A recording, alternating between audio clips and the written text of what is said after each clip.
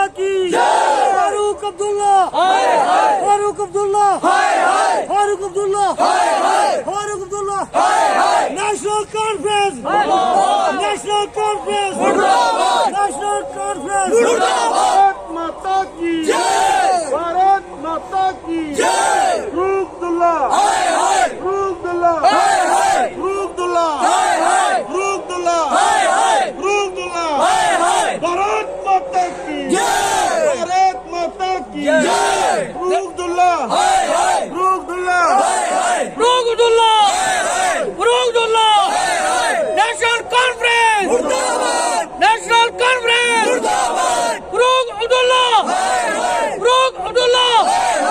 मैं आप सब मीडिया बंधुओं का शुक्रगुजार हूं कि आप अपना टाइम निकाल के इधर आए। आज का जो हमारा ये प्रोटेस्ट था, जो हमने प्रेस कॉन्फ्रेंस भी रखी थी, ये इसका मुद्दा यही स्पष्ट था कि जो नेशनल कॉन्फ्रेंस के जो अध्यक्ष हैं डॉक्टर फारूक अब्दुल्ला, उन्होंने जो देश विरोधी बयान दिया है, देश के विरोध में खड़े होकर जो बयान दिया है कि हम चीन के समर्थन से 370 और 35 को जम्मू कश्मीर में बहाल करेंगे। मैं मीडिया बंधुओं के माध्यम से डॉक्टर फारूक अब्दुल्ला को ये चेतावनी देता हूं कि आपकी जो आने वाली 10 नस्लें हैं वो भी 35 और 370 को जम्मू कश्मीर में बहाल नहीं कर सकते। और आप जो ये देश विरोधी एजेंडा जो जम्मू कश्मीर में फैला रहे हो, हिंदू जागरण मंच की तरफ से आपको चेतावनी है। डॉक्टर फारूक अब्दुल्ला जब भी जम्मू आएंगे या डिस्ट्रिक्ट रियासी में अगर अपना कदम रखेंगे, हम उनका पूर्ण जोर से विरोध करेंगे।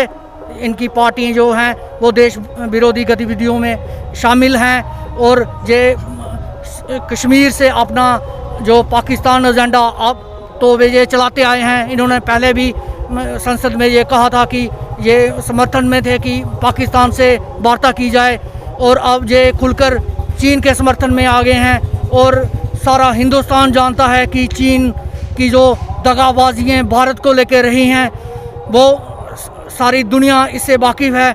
हम भारत सरकार से भी ये अनुरोध करते हैं कि जो डॉक्टर फारूक अब्दुल्ला ने जो चीन के समर्थन में खड़े होने का काम किया है, इन पे FIR लगा के इनको जेल में बंद किया जाए। हिंदू जागरण मंच की तरफ से,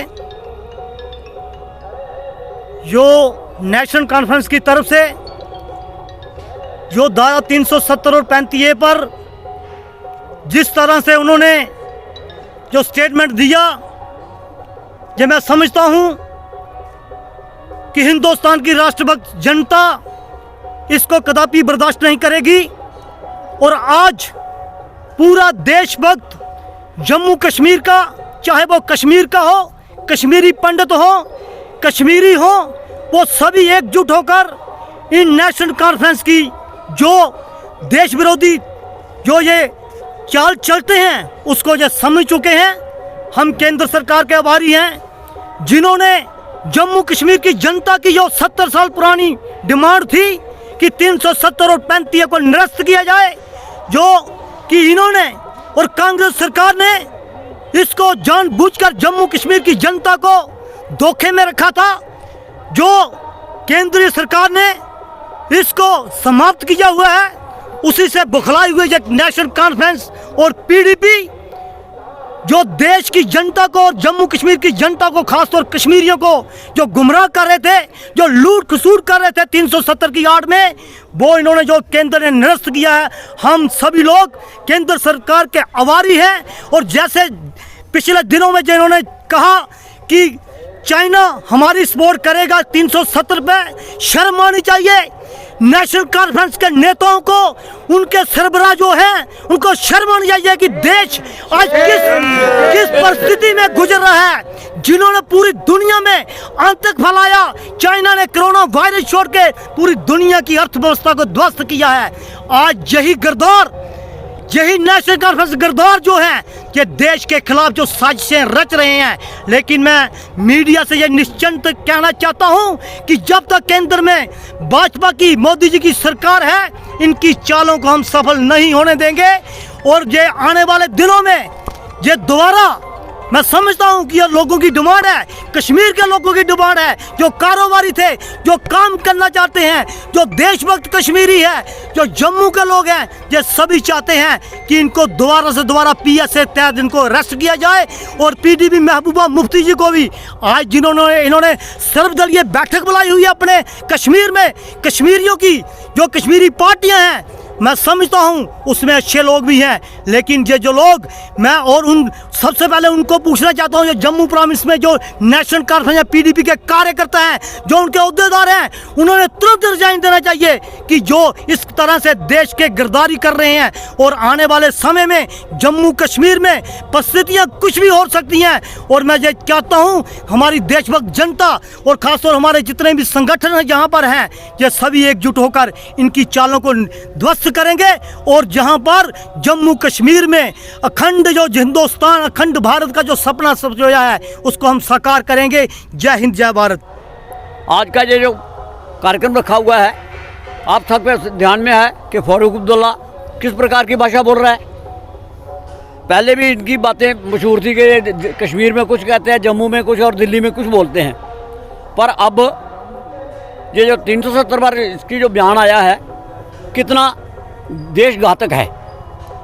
भाई ये कह रहे हैं कि हम चीन की सहयोग से 370 और 35A को वापस जम्मू कश्मीर पर लागू करवाएंगे। और कल से तो महबूबा मुफ्ती भी इसके साथ ही राग अलाप रही है।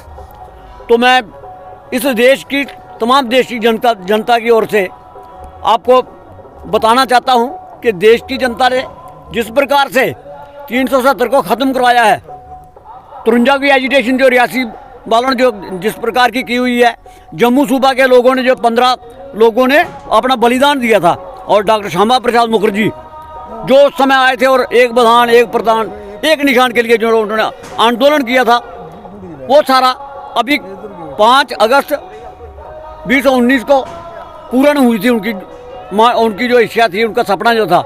तो उसको फिर वापस लाने की जेल जो लोग बात कर रहे हैं, उसके लिए सबसे बढ़िया तरीका यही है कि केंद्र सरकार को, हम लोग भी इन पर केस कर रहे हैं, भाई इनको जेल में डालना चाहिए और जेल में ही रहें। ऐसे देशद्रोही लोगों के लिए जेल ही ठिकाना है और नहीं है। और जेल में भी ये साधारण जेल में रहें, ये जो सुविधाएं इनको इतनी ज़्यादा दी जाती हैं, कहीं Z+ सिक्योरिटी है, वो कुछ है, बिल्कुल नहीं, ऐसा नहीं होना चाहिए। ये जो चूँकि ये दोषी है, इसलिए अपराधियों की तरह इनको जेल में रखा जाए। तो आप सब देश की पूरे देश की यही आवाज़ है कि ऐसे लोगों को देश में देश के बाहर नहीं रहने देना चाहिए, इनको जेल में रखना चाहिए। और हम लोग उसके लिए अगर कोई कहीं और भी कुछ एजुटेशन करनी पड़ेगी, कहीं जाना पड़ेगा, हम तैयार हैं उसके लिए। केस तो हम कर ही रहे हैं, हर जिले में इनके खिलाफ केस हो रहे हैं इस प्रकार के कि इनको जेल में रखा जाए, क्योंकि देशद्रोही बयान है इनका। अगर इनको देश की संविधान पर ही विश्वास नहीं है तो देश में रह के इनको क्यों रखा जाए।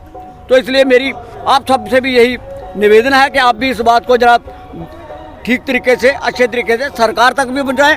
हम लोगों ने 70 साल भुगता है इनको, 71-72 साल, और अब हम उस प्रकार का भुगतने के लिए तैयार नहीं है।